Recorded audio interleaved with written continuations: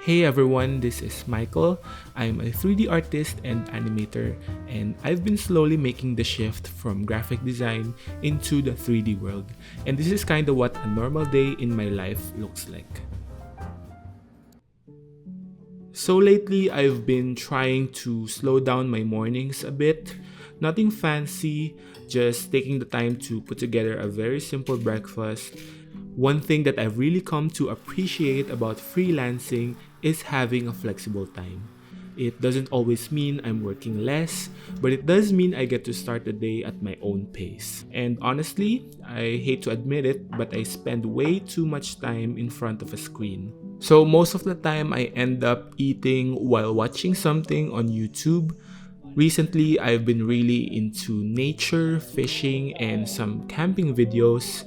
I don't know why, but there's something about them that feels very calming, especially when I watch them first thing in the morning. Once breakfast is out of the way, I usually dive into deep work. The first thing I do is put together a quick to-do list for the day, and that usually starts with answering emails and checking inquiries. If you've been here before, you probably know that most of my work has been in branding and packaging. But recently, I shifted to 3D visualization and animation, and I've even started posting some of my animation projects on social media. Thankfully, I've already started getting a few inquiries, which honestly feels like such a relief. Not gonna lie, this whole transition has been kind of stressful, but hearing from potential clients makes me feel like I'm actually moving in the right direction. And because of that, I've been trying to load up more on 3D projects. So today I thought I'd put together a little 3D project for this video. And that means sketching out a storyboard, modeling assets, setting up the materials, lighting and composition, and then finally rendering an image. And somewhere in between, I also need to finish a project quote for a potential client.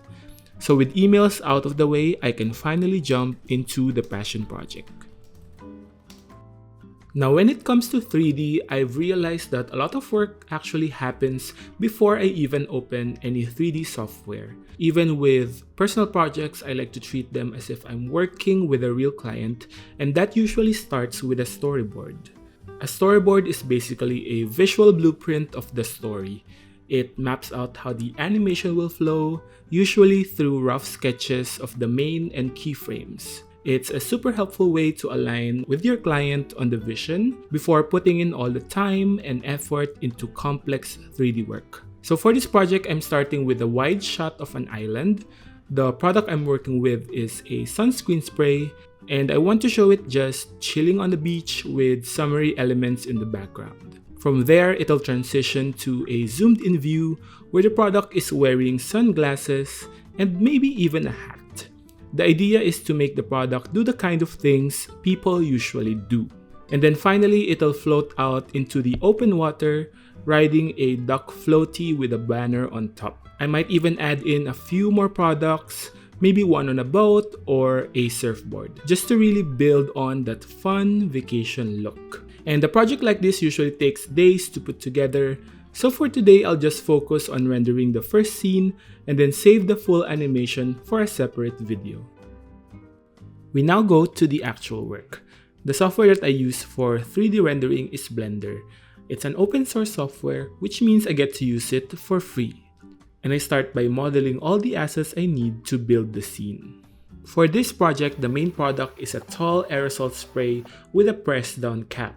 I'll admit I'm still working on improving my modeling skills, but whenever I hit a roadblock, I just usually hop on Google or Reddit for help. The thing with 3D is that there's just so much to learn. But honestly, the more you practice, the faster it is for you to pick up new things. I spent the rest of the morning locked in on this task. Technically, I don't have to model everything from scratch, but I like doing it anyway because it helps me sharpen my skills. Plus, it means I'm slowly building up my own library of 3D assets. So even if it takes longer now, I know that these models can be reused for future projects, which definitely pays off in the long run. So for the assets, I went with a more stylized, cartoonish look. I managed to put together the spray, an umbrella, and a palm tree with the help of a tutorial that I found on YouTube. I'll get back to this project later, but first, it's time for lunch. Normally, I start cooking around 11:30, but since I'm filming today, it got pushed a little later. So for lunch, I just did something simple and easy to cook. I usually make a bigger batch too, so it covers my dinner as well. That way, I can save time and put more energy into work, or honestly, just into resting. I also use this time as a little reset in the middle of the day. Sometimes I'll watch a show or catch up on some YouTube videos while I eat. It's also kind of my way of switching gears, stepping back from the 3D work for a bit, and just letting my brain relax. It's also the part of the day where I don't pressure myself to be productive. It's just me, a good meal, and something entertaining in the background before I dive back into work. By around 1 p.m., I decided to work on a project proposal for a potential client. I actually just used my old graphic design template and tweak it a bit to fit a 3D project. So far, it's been working really well, and if you're interested, I will leave a link to my resources below. Lately, I've been getting a lot more inquiries, and even a few brands have responded to a small outreach drive that I did recently. So I think the effort to post more content and work has been paying off so far. Back to the project, I spent the next 30 minutes wrapping up the rest of the assets.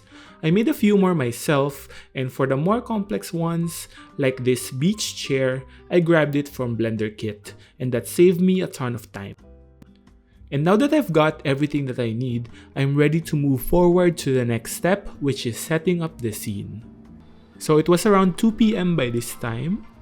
So I started by creating a plane with multiple subdivisions, then used proportional editing to add some surface elevations, basically to make it look like a sandy island.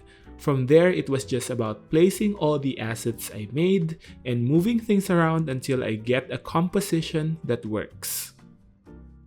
In this part, I was mainly focused on visual hierarchy. I'm just shifting things around, making sure the whole scene felt balanced, and most importantly, keeping the main product in the spotlight. Even with all the background elements going on, I didn't want it to feel cluttered or distracting. I want the viewer's eye to naturally go to the star of the show. And for me, that meant adjusting the scale of certain props, tweaking their placement, and making little changes until everything supported the product instead of competing with it. For the next section, I move on to lighting. For most of my projects, I like using HDRIs from sites like Polyhaven. They give me a really nice base lighting to start with, and then I usually add just a few extra lights as supplementary touches.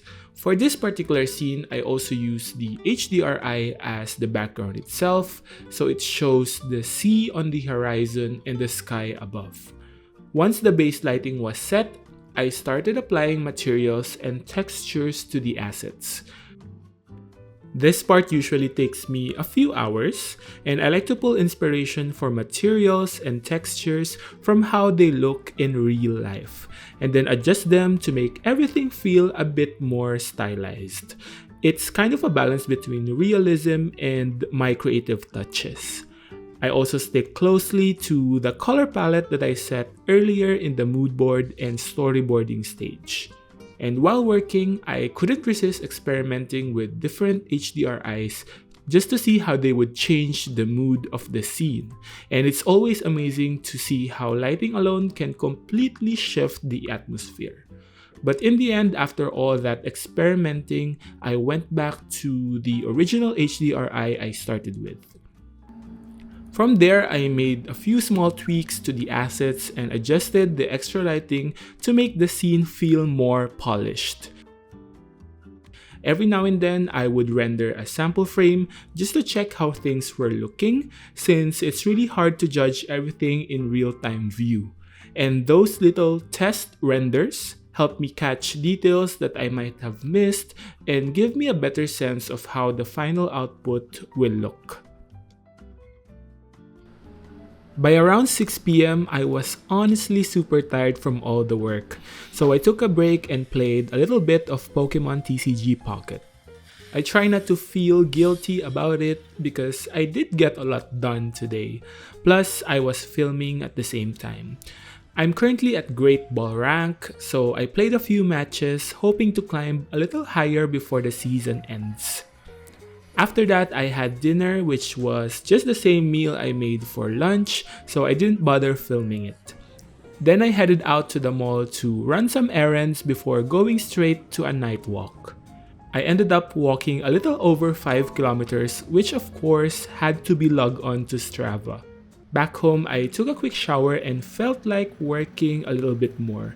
As you might have noticed, the product's design has been blank up to this point, so I spent some time laying out the actual packaging design for the sunscreen spray. And after that, I had to adjust the lighting and the camera angle just because the bottle was getting overexposed and the details of the design were getting lost. Eventually, I found a nice angle that worked, and I'm pretty happy with how it's looking so far. After a few more minor tweaks, I added some extra lighting effects to finish it up. Finally, I rendered the image, and here's the 3D render that we created for the sunscreen brand. For now, it's just a still image, but in the next video, I'll continue working on it and add some animation to really bring the storyboard and concept to life. Thanks so much for hanging out with me today. I really enjoyed putting this together. If you enjoyed this video, don't forget to give it a like and drop a comment below, and I'll see you in the next one.